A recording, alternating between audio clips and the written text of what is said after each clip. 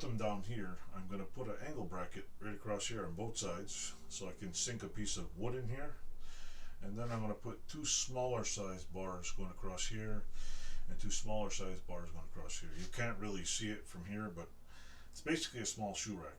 The next one I'm going to make is going to be 4 feet long, but I'm going to, instead of cutting these in little pieces and trying to attach both sides, I'm going to attempt to make it longer because that's just bad engineering on my part. But it is 24 inches long, the whole thing, and I need one at least 4 feet. So yeah, good thing I have a lot of magnets.